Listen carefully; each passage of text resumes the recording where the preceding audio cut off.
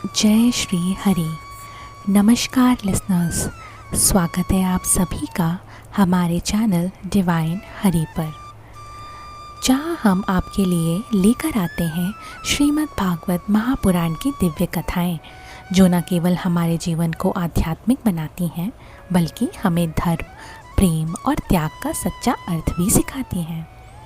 अगर आपने पिछले अध्याय स्कंद 4 अध्याय 3 सती का यज्ञ में जाने का आग्रह नहीं देखा है तो लिंक आपको डिस्क्रिप्शन पे मिल जाएगा।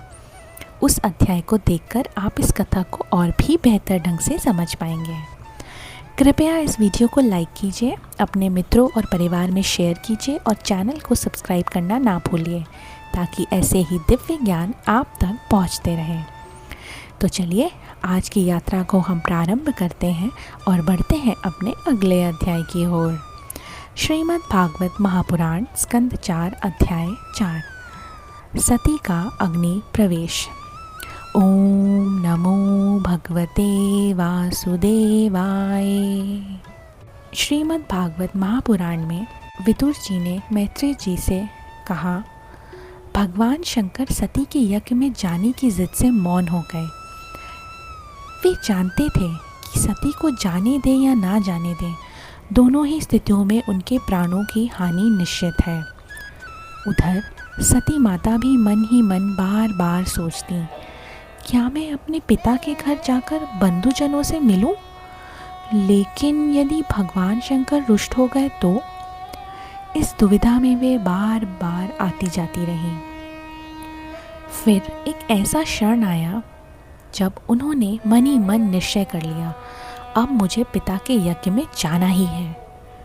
वे भावुक हो उठी, आंखों में आंसू भर आए, हृदय में प्रेम और व्यथा उमड़ पड़ी। क्रोध और शोक में वे कांपने लगीं और भगवान शंकर की ओर क्रोध से देखने लगीं। सती ने अपने पति को छोड़ा और पिता के यज्ञ में अकेले ही निकल पड़ी।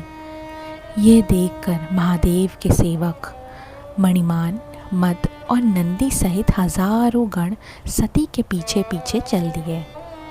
उन्होंने सती को अपने वाहन वृषभ पर बैठाया, साथ में दर्पण, कमल, चंवर, छत्र और शंखनाद से सजाया महल जैसा दृश्य बन गया। जब सती यज्ञशाला पहुंची तो वहां मंत्रोच्चारण चल रहा था। ऋषि, मुनि और देवता विराजमान थे, लेकिन वहां सती का स्वागत नहीं हुआ। केवल उनकी माता और बहनों ने उन्हें प्रेम से गले लगाया, लेकिन पिता दक्ष ने न केवल उपेक्षा की बल्कि यज्ञ में भगवान शंकर को कोई भाग भी नहीं दिया। ये अपमान सती सह ना सकी। उन्होंने सबके समक्ष अपने पिता दक्ष को धिक्कारा। वे बोली, पिताजी, आप भगवान शंकर का तिरस्कार करते हैं, जिनका नाम लेने मात्र से पाप नष्ट हो जाते हैं। वे सबकी आत्मा हैं, वे निष्कलंक हैं। आपका घमंड और द्वेष आपको अंधा कर चुका है।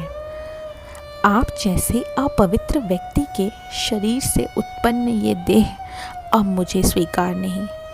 जैसे विष खाने के बाद वमन कर शुद्धि की जाती है, वैसे ही मैं इस शरीर को त्याग दूंगी।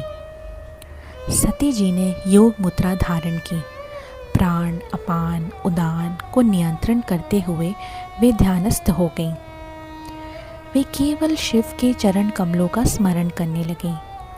फिर उन्होंने अपने संपूर्ण शरीर में अग्नि और वायु की धारणा की और योगाग्नि से स्वयं को भस्म कर दिया।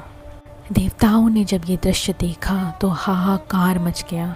चारों दिशाओं में यही पुकार थी, हाय, सती ने अपने पिता दक्ष के अपमान से क्षुब्ध होकर शरीर त्याग दिया। शिव के गण क्रोधित होकर अस्त्र लेकर यज्ञ विध्वंस करने दौड़ पड़े। तब भृगु ऋषि ने रक्षा मंत्र से यज्ञ कुंड में आहुति थी, जिससे ऋभु नामक हजारों तेजस्वी देव उत्पन्न हुए और उन्होंने शिव गणों पर आक्रमण किया। कथा यहीं विराम लेती है, लेकिन यह एक महान त्याग, प्रेम और अपमान का उत्तर है जो पूरे ब्रह्मांड में प्रतिध्वनित होता है।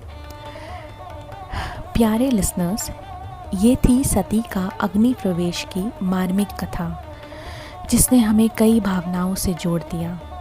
अगर आपको ये कथा पसंद आई हो तो वीडियो को लाइक कीजिए, अपने मित्रों से शेयर कीजिए और चैनल डिवाइन हरी को सब्सक्राइब कीजिए। आपका एक एक कमेंट हमारे लिए आशीर्वाद के समान है। नीचे कमेंट में ज़रूर बताइए कि सती माता के इस त्याग से आपने क्या सीखा। इस कथा से हमें ये सीख मिलती है कि अपने प्रियजन के सम्मान के लिए त्याग सबसे बड़ा धर्म होता है। कभी भी किसी तपस्वी, साधक या ज्ञानी आत्मा का अपमान नहीं करना चाहिए। ईर्ष्या और घमंड व्यक्ति को अंधा कर देता है, जिससे वह अपनों को खो देता है। और सबसे बड़ा सबक तो ये है कि सच्चा प्रेम सम्मान चाहता है, अधिकार नहीं।